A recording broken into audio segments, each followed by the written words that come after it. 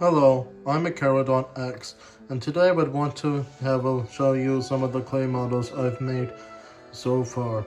Although I've mostly been a 2D artist, I'm trying to expand my reach to include other mediums of art as well, including clay sculpture, as in these so-called clay drawings I've made right here. Three of these clay drawings are characters that will feature in my upcoming story, The Sorceress of Leaf and Sand, which will be coming out at the end of this year. Hopefully, I've actually been working on this story for over 10 long years now. And I just want to show you these clay drawings I've made of the three important characters which will feature in it.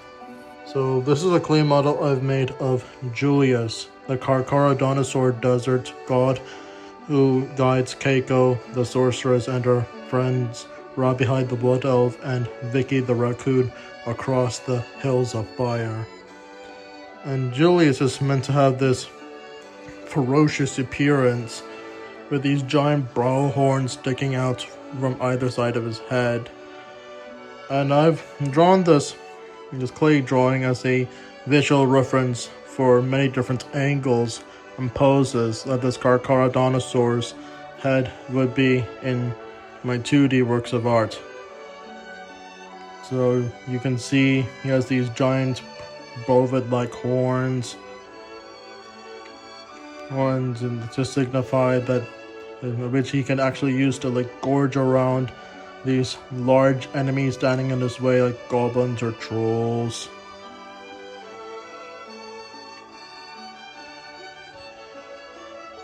And now we go on to see the main character of the story, Keiko Yamamoto.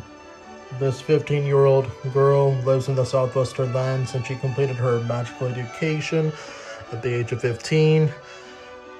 And for the occasion of her 15th birthday, she received this gorgeous crimson dress, which comes with these tall black boots.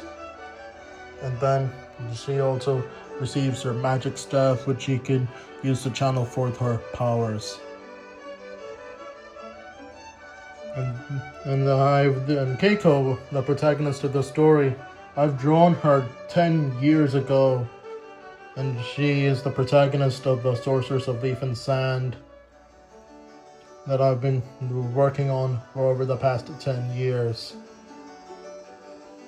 And hopefully I will get the story published right before this year ends.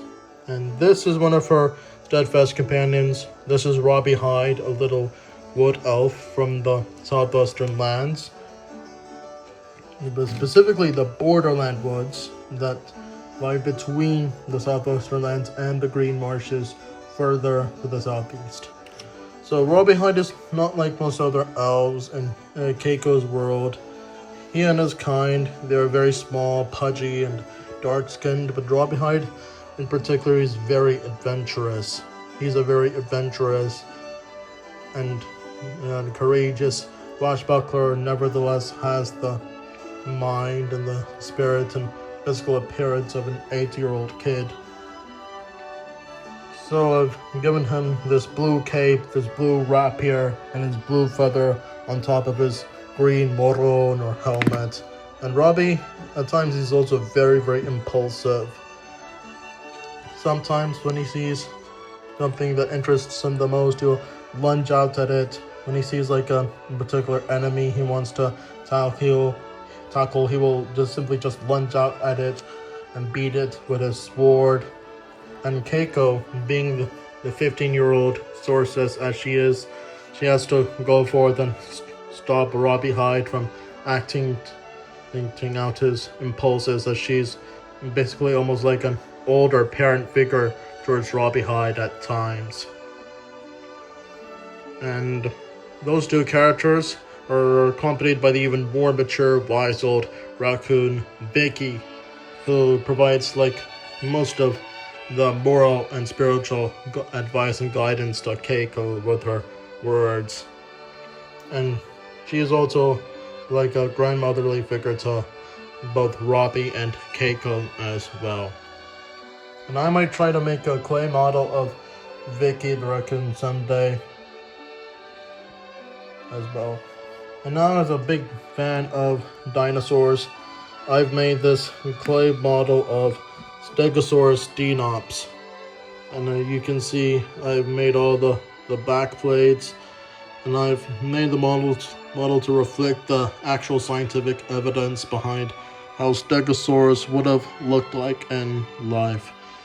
So this model has got the correct anatomy and posture that this dinosaur would have had in life, and the plates are also arranged as they would have been in life as well, and so are the tail spikes, or the so-called bagomizers. They're seen here facing sideways on close to the ground, and not situated towards the top as in most other media depictions, like in, like the Jurassic World movies. This clay Stegosaurus dinops model is meant to be like a scientifically accurate representation of this iconic dinosaur. And this model still is not yet complete.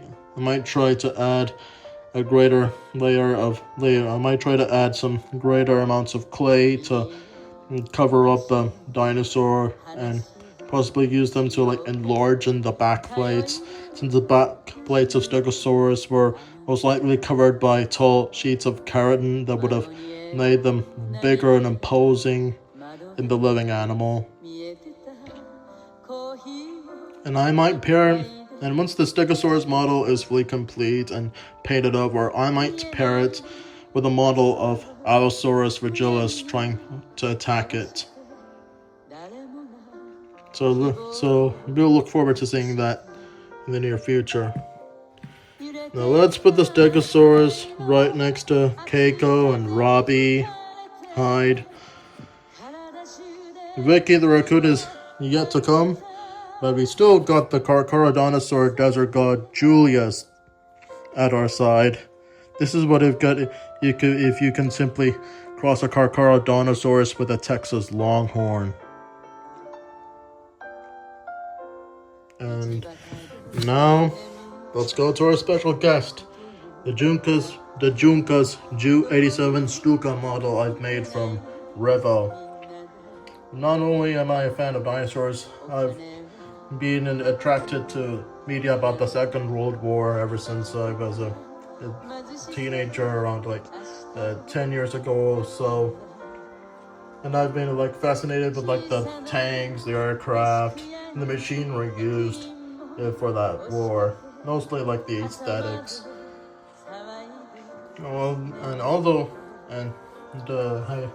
This model of mine has all the colors. I've painted this model myself. I've colored it myself right here. It took me so many painstaking hours for me to fully assemble this plastic model, the Stuka. And there's one fun fact. Hayao Miyazaki, my personal favorite artist and animator, he has had a huge fascination with Second World War, aircraft, tanks, warships, etc. ever since he was a child, and he loved drawing them all throughout his youth. But later he came to realize the true destructive power of these machines of war. And he said that many times, in the production of his 2013 film The Wind Rises, that these things were actually cursed works of art. In The Wind Rises, one of the main characters, Caproni, he says that airplanes are cursed dreams waiting for the sky to swallow them up. And my completed model of the Ju 87 Stuka is apparently a clear reflection of this thing, a clear reflection of this philosophy. Miyazaki is personally known that the aircraft, the Second World War military aircraft, he also loves drawing, as well as the tanks and the battleships used in that conflict. They all, at the end, they were all ultimately designed to inflict suffering at a great scale. And he personally knows that airplanes are one of these beautiful dreams that have been cursed by humanity over the past 100 years or so, going back all the way to the First World War. And even to an even more sinister form in the second. This is the tank buster Stuka, which has been used to destroy Allied tanks in around like 1943 to 1945 or so. You can see it has these anti-tank guns positioned underneath its wings. And Hayao Miyazaki, his fascination with these Second World War aircraft like the Ju-87 Stuka, although he doesn't like how they've been corrupted by humanity to inflict pain on a great scale, and his father himself worked for a factory which produced parts for the Mitsubishi A6M Zero. He has like this comic or manga where he depicts these warplanes in several individual stories. I think it's called his Daydream Notes, and it is a clear.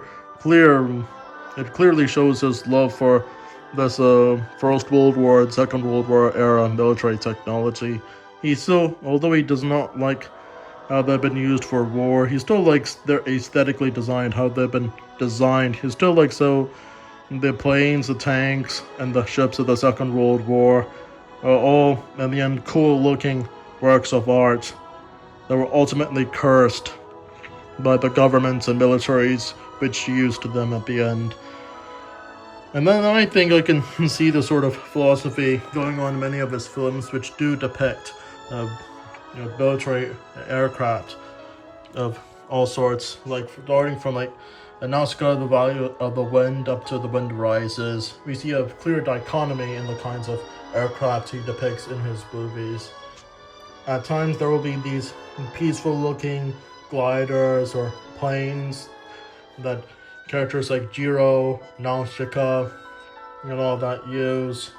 And then on the other hand, we got these huge, brutish military planes and airships used by the villains like the Tolmekian army and Nausicaa, the Valley of the Wind, Colonel Muska's army and Castle in the Sky, their giant airship, the Goliath, and the military airships and aircraft of Howl's Moving Castle, which are used by both kingdoms, like the so-called flying kayaks used by the Ingarians and these giant B-29-esque bombers used by the enemy kingdom to raise Sophie's town to the ground. And well, someday I wish I might try to get my own plastic model of the Mitsubishi A6M Zero and paint it and pair it next to the Ju-87 Stuka I've got right here. And to share in Miyazaki's philosophy of still drawing these cool works of art that were ultimately cursed by mankind to inflict great harm. But Miyazaki, overall, he still appreciates the beauty and the skill that comes at producing aircrafts like this, and only wants to show it in his movies is the art of making such things like these aircraft or so. And The Wind Rises, which is about the aircraft designer Jiro Horikoshi, who designed the Mitsubishi A6M Zero, is a clearly shows what he thinks. Really, it's a clear show of his own philosophy about making and designing airplanes. So is 1929 set Adriatic Adventure Porco Rosso. So I'm gonna put the Ju-87 Stuka right here, right next to the Stegosaurus and the three main characters of the Sorceress of Leaf and Sand.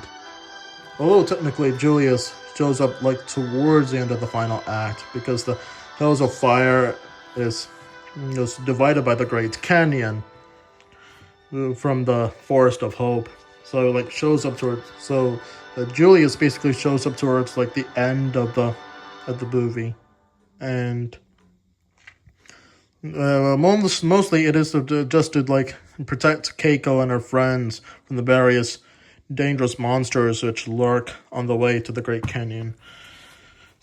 So these are the three. These are my clay drawings I've made so far for this month.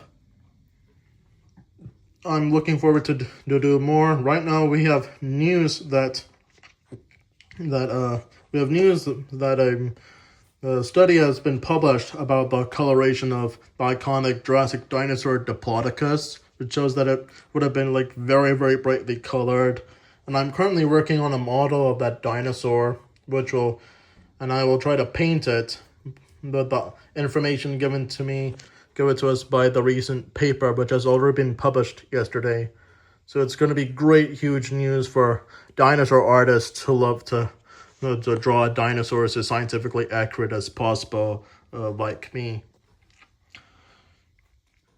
And so I really hope you like this overview of all the 3D crafts I've made over the past few months or so. I'm looking forward to seeing you next time.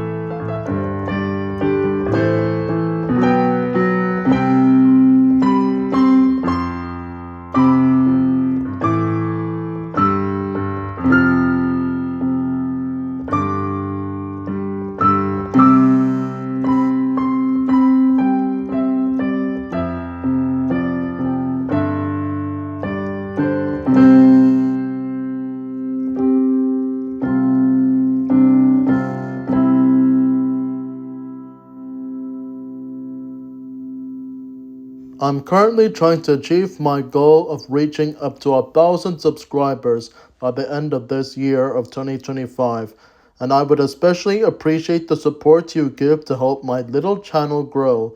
If you can like this video, share it with all your friends and family, and subscribe to help me achieve my end of the year goal and to see more amazing content like this.